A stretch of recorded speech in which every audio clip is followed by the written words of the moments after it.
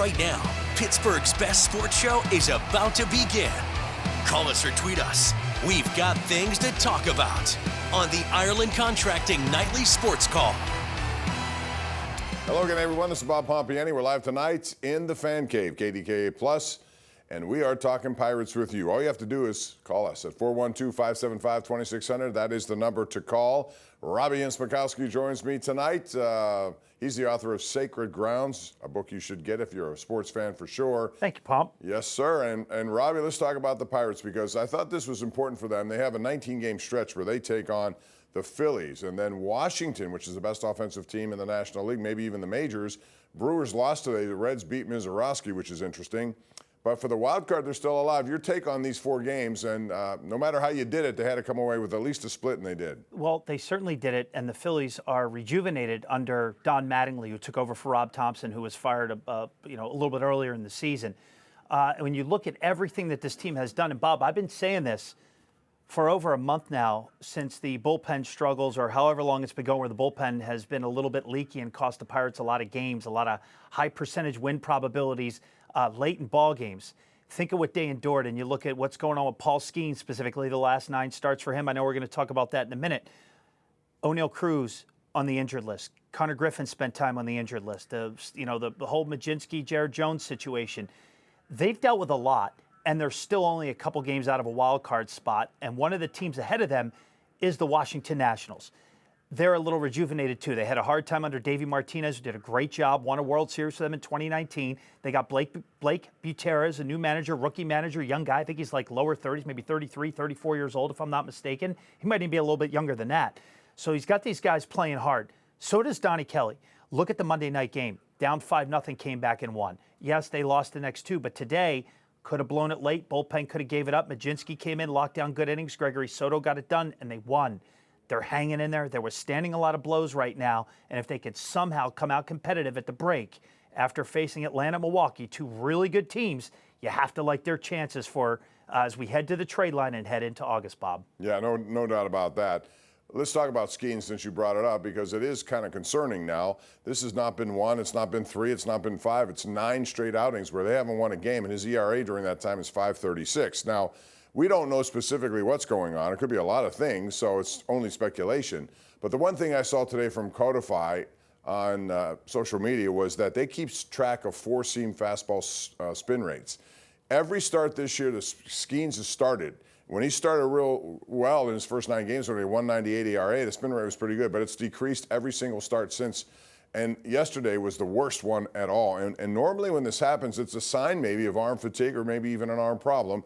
I don't know what it is. They're not saying, Rob, but the bottom line is he's not been anywhere near the pitcher he was last year, and that has to change if they are to have a chance. Bob, I mean, no offense when I say this. You've been doing this almost as long as I've been alive, okay? So we both know the golden rule. You never speculate in a situation like this. So you're not going to do it. I'm not going to do it either. I have no idea what's going on with Paul Skeens physically. Here's what I'm going to say.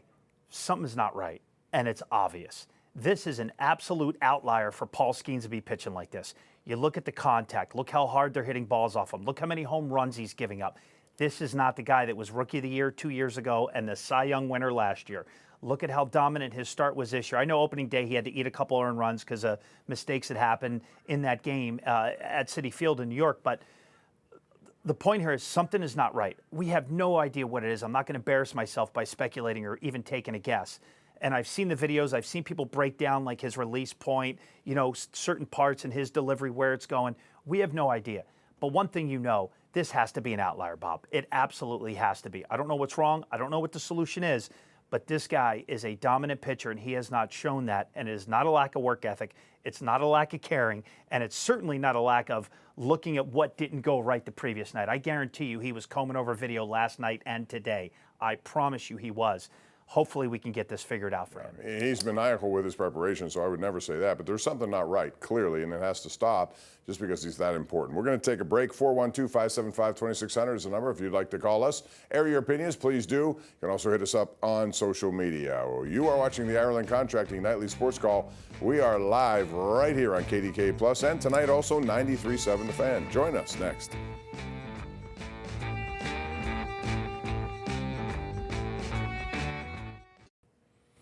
All right, this is our Xfinity tweet of the night. It's from FanDuel Sportsbook. This is getting ridiculous. What is offside? And tonight, Croatia, this is all start of what happened. Croatia was playing Portugal, and it was a 2-1 lead for Portugal. Last seconds, really, of extra time or stoppage time, and it looked like Croatia scored.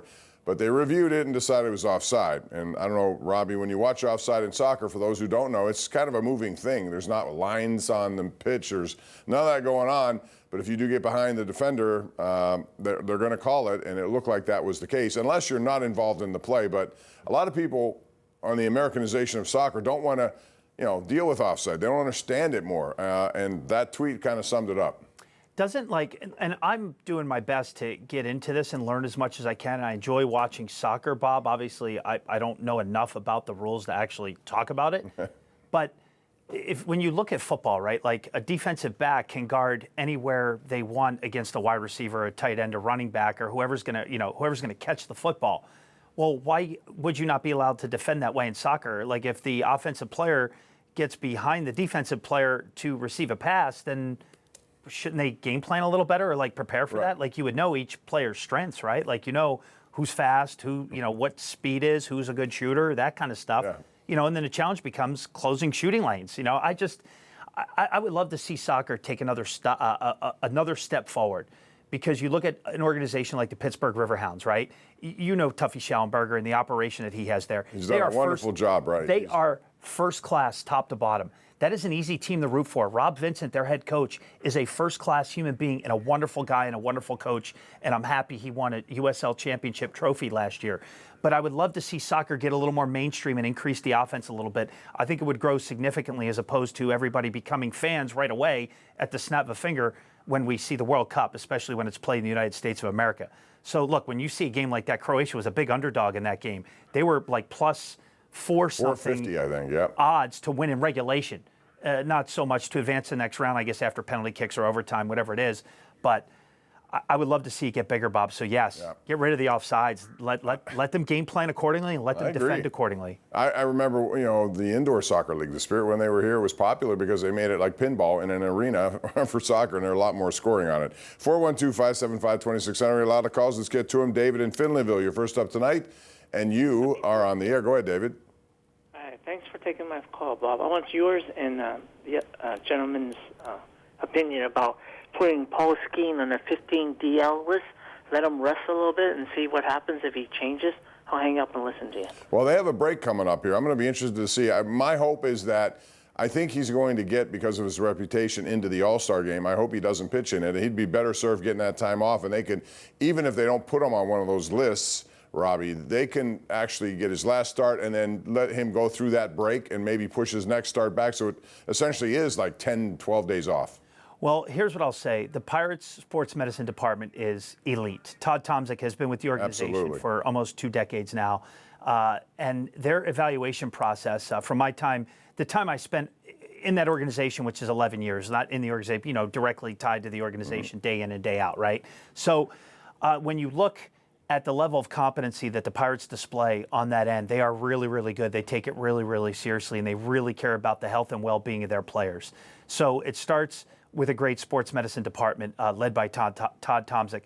The other thing I'll say to that, too, Bob, is that they are very deliberate with how they go about this. So whatever we're saying in the media, on the radio, on TV, on social media, the Pirates are 5 steps ahead of that. They're already looking at what could be going on. I guarantee you, conversations have been happening for a while. Again, I'm going to reiterate, I have absolutely no clue what is or isn't wrong with him. I have no idea, right? But what I will say is that they evaluate this stuff after every start. Anytime a player comes to a trainer, an athletic trainer, with any type of abnormality or their body is feeling even a little bit off, they do everything they can to check it. And I promise you, all these stats we're seeing about the spin rate, the Pirates have seen them 20 times over. I promise you, they have. I don't know what to do, Bob, in this situation, because it's tough. He's got one more start before the All-Star break. I still think he's an All-Star pitcher, but his health and his availability for this team to perform at the highest level, which is when he's healthy and when he's at the top of his game, I think he's the best pitcher in the world. So I think they're trying to determine as fast as they can, and they'll make a decision from there. And whatever decision they make, I promise you, it's going to be the right one. 412-575-2600. We also have our nightly sports call, KDKA.com/Connect poll of the night, brought to you by Penn West University. And tonight's dealing with the Penguins, who had a flurry of activity yesterday. Nothing significant in terms of big names, but this could be one. Who will Jason Robertson be playing for next season? The Penguins, the Stars, are another team, and that continues to be an interesting development. They brought in Nick Robertson, who is his brother from Toronto, and he's a guy who at 24, maybe, when I saw this, Robby, what I thought of was when the Steelers were trying to sign TJ Watt, they brought in Derek Watt. And I'm saying, oh, that's a good move there. They brought him in and as a fullback for 3 years, maybe in an attempt to get TJ to sign. We'll never know what really happened there. But maybe this is also an attempt. Say, hey, you want to play with your brother? We just acquired him. We can acquire you too. It's going to take a lot to get him. He's Jason Robertson's an unrestricted free agent. Is that right? No, he's a restricted free agent. He's a restricted. So because I saw they said he wanted like $13 million a year, and he scores a lot of goals. More than that, he does. But he's 26. He's a 40-goal scorer. And if he's restricted and nobody, you can sign him right now without any compensation, except, you don't have to make a deal. You have to give up your next 4 number 1 picks to get him if you do that way. Next 4, you said? Next 4 number 1 picks. And think of how much draft capital Kyle Dubas has acquired in the last couple of years in making trades. So it seems like when you look at the Steelers, look how much draft capital means to the Steelers. How much does it mean to the Penguins? How good is their development process? Is it worth giving it up for a guy that's going to be a plug-and-play guy? Look, if this guy's scoring the way he's scoring, Jason Robertson is, you put him on the line with Sidney Crosby, what's he going to do? Holy smokes, imagine Brian Rust, Jason Robertson, and Sidney Crosby on a line. Yeah. Do you put him with Malkin? Either way you look at it, he's a dangerous threat, and he's a dangerous player. The other thing that concerns me with hockey, really, Bob, in terms of free agents, sometimes fit matters more than anything else, right? And this is no knock on Brian Rust. He's had a fabulous career. He's one of the best Penguins ever wear the uniform, right? Just a memorable player on 2 back-to-back Stanley Cup champion teams. But would Brian Rust be that productive in a different uniform? I don't know. Maybe he would. Maybe he won't. I have no idea. Do you think about that with Jason Robertson, who they call Robo down there in Dallas? So is he guys going to have the same level of productivity coming into a new organization? That's a pretty big risk for the Penguins to take, paying a guy 14, 13, 15 million a year, whatever it is, plus giving up all that draft capital. It better work out if they make a move like that. Well, he's a dynamic player. There's no doubt about that. And you spoke of chemistry, and you don't necessarily have all the best names. Carolina's the best example of that. They just want to stay on the cup because of the way they play, really without any major stars. They have Svechnikov, they have Aho, they have Stahl, but they had goaltenders that, Brandon Bussey ended up being a guy who may have cost Frederick Anderson won the last his 2 job. games. Yeah. And then if I remember correctly, Pop, I don't think the Carolina Hurricanes had a scorer in the top 20 in the NHL. No, that's what I mean. They're doing it with a team-first, 4-line approach. Right, and that goes to show you could win a Stanley Cup. We have a great leader in Rod Brind'Amour. The guy was tremendous as a player. I remember growing up, in Philadelphia when he played for the Flyers. Obviously, I know it's not the right thing to say in Western Pennsylvania, but I remember his playing career when I was a kid. Number one, and you look at what a leader he is and look at what he did 20 years ago, leading them to a cup as the captain. Now he does it again as the head coach. So it goes to show you, you don't always need star players and big scorers to win. It helps to have them. Yes, Sidney Crosby brought 3 cups here along with his castmates, but anything is possible. And you look at how Kyle Dubas is building this team, you have to give him credit. You really do. All right, we're due for a break here. We have Jerry and Franklin. We're going to get your call next, Jerry, right here on the Ireland Contracting Nightly Sports Call. We do it 7 nights a week. KDKA Plus, and some nights 93.7 The Fan.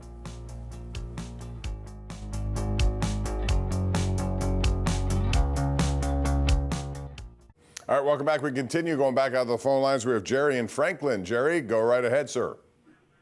Hey, thank you so much.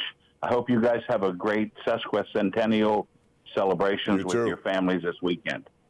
A couple points, if I might. The Skeen situation, we all wanted Pirates to sign him long-term last year.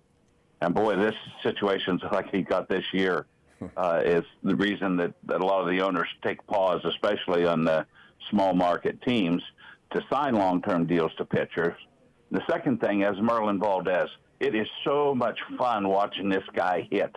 Last week, I think it was in the 2-homer game that he had, the 1 home run he hit, he was off balance. He was hitting off his front foot, and he still had the power to hit that out. I love watching this guy, and that is some real hitting. You're absolutely right, Jerry, and the Pirates should ride him as long as possible. He seems not too big for the opportunity or too small for the opportunity. The lights are on. He's at his best. I want to ask you this, Robby, because this is going to be an issue eventually, and we have less than a minute here. When they get healthy, okay, you have Cruz coming back. You have Horwitz coming back. Somebody's got to go. Billy Cook would be an answer. Cam Sanders. They're easy answers, but then there are more complicated answers.